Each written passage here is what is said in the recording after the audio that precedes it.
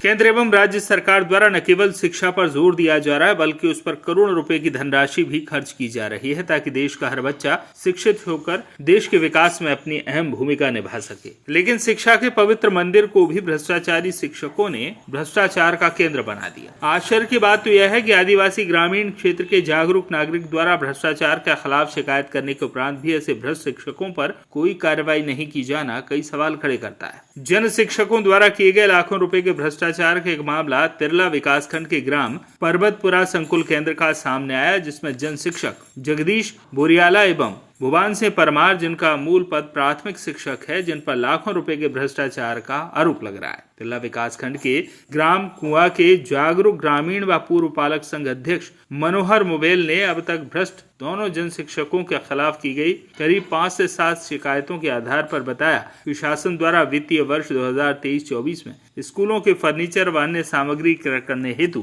पर्वतपुरा संकुल केंद्र के 38 स्कूलों में 32,000 रुपए, प्रत्येक स्कूल के मान से करीब 12,16,000 रुपए की राशि का आवंटन किया गया था। लाखों रुपए की उक्त राशि दोनों जन शिक्षक ने 38 स्कूलों के संस्था प्रमुखों से OTP लेकर स्वयं निकाल कर उसका दुरुपयोग कर लिया। आपको बता दें कि भ्रष्टाचार के आरोप में घिरे दोनों जन शिक्षकों को कई अन्य स्कूलों के साथ साथ छात्रावास अधीक्षक का अतिरिक्त प्रभार भी दे रखा है। इस संबंध में डीपीसी प्रदीप खरे ने जानकारी देते हुए बताया कि जन सुनवाई के माध्यम से पर्वतपुरा के 2 जन शिक्षकों के द्वारा वित्तीय अनियमितता की शिकायत होने पर जिला शिक्षा केंद्र की जांच समिति द्वारा जांच कराई गई और जांच में जो भी तथ्य निकल कर आएंगे उसके अनुसार कार्रवाई की जाएगी। दोनों जन शिक्षकों के पास 3-4 अतिरिक्त प्रभार के प्रश्न पर डीपीसी खरे ने बताया कर्मचारियों की कमी की वजह से इन्हें अतिरिक्त प्रभार दिया गया होगा। इस संबंध में वरिष्ठ कार्यालय को अवगत करा दिया जाएगा। क्या मामला तिरला ब्लॉक? सर, मैं तिरला ब्लॉक का मामला, तिरला ब्लॉक के संकुल केंद्र पर्वतपुरा की 38 स्कूल का जो 23-24 की जो राशि आई थी 32 हज़ार प्रत्येक स्कूल की, उसकी राशि मतलब जन शिक्षकों द्वारा भ्रष्टाचार किया गया है। वो राशि फर्नीचर, टेबल, कुर्सी, चाक, चटाई मतलब अन्य सामानों स्कूल के लिए मतलब वो राशि शासन के द्वारा आवंटित होती है, पर जन शिक्षकों ने उस राशि का मतलब कोई उपयोग में नहीं लिया और निजी उपयोग के लिए राशि OTP ले लेके हर टीचर 38 टीचरों से OTP ले लेके ना राशि उठा ली गई है। राशि उठाने के बाद में मैं पूर्व में बालक संघ का अध्यक्ष था, समाज सेवा अध्यक्ष भी हूँ, इसलिए मैं मेरे घर के पास में स्कूल है कुआ में, तो मेरे को पूरी जानकारी थी। मैंने कम से कम 10-15 टीचरों से इसकी जानकारी भी निकाली कि सर ये राशि 23-24 की राशि आई क्या, तो 15-20 टीचरों को मतलब यही नहीं मालूम कि इस साल की राशि है। जन शिक्षक द्वारा बोल दिया गया कि इस साल की राशि लेप्स हो गई, मतलब राशि लेप्स हो गई। फिर क्या किया आपने? फिर उसके बाद में मैंने जन सुनवाई में रेगुलर मतलब 6 से 7 बार आवेदन दिया, 6 बार आवेदन दे चुका हूँ मैं। उसके बाद में 2 बार मेरे आवेदन डीपीसी साहब को मतलब दिए थे, तो डीपीसी साहब को देने के बावजूद में मतलब यहाँ से मेरे को रसीद नहीं मिली गई थी।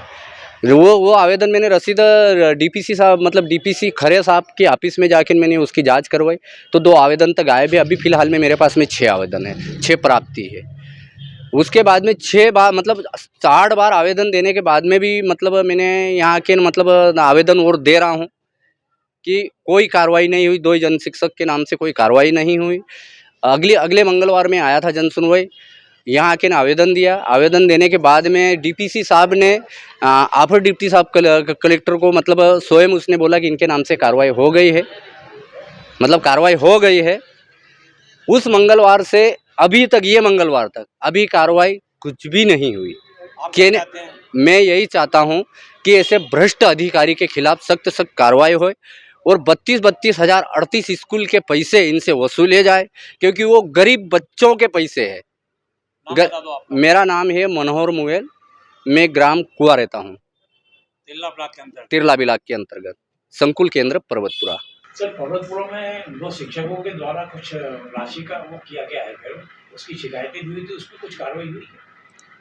जन सुनवाई के माध्यम से एक शिकायत प्राप्त हुई थी, जिसमें पर्वतपुरा के जन शिक्षकों द्वारा ऐसा बतलाया गया था कि वित्तीय अनियमितता की गई है। उपरोक्त के संबंध में जिला शिक्षा केंद्र की जांच समिति द्वारा जांच कराई गई है और जांच में जो भी तथ्य निकल के आएंगे उसके विरुद्ध में हम उन दोनों जन शिक्षकों के विरुद्ध कार्यवाही प्रस्तावित करेंगे और ये कार्यवाही प्रचलन में है। जैसे ही प्रकरण का निराकरण होता है तो हम इसको अवगत करा दिया जाएगा। सर, ये जांच में अगर पाई जाती है कमी तो किस प्रकार की कार्रवाई हो सकती है? जन शिक्षकों को जन शिक्षक पद से यदि वो दुरुपयोग किया है उन्होंने अपने पद का, तो उनको उस पद से हटाया जाएगा और उसकी अनुशासनात्मक कार्रवाई उनके विभाग को भेजी जाएगी।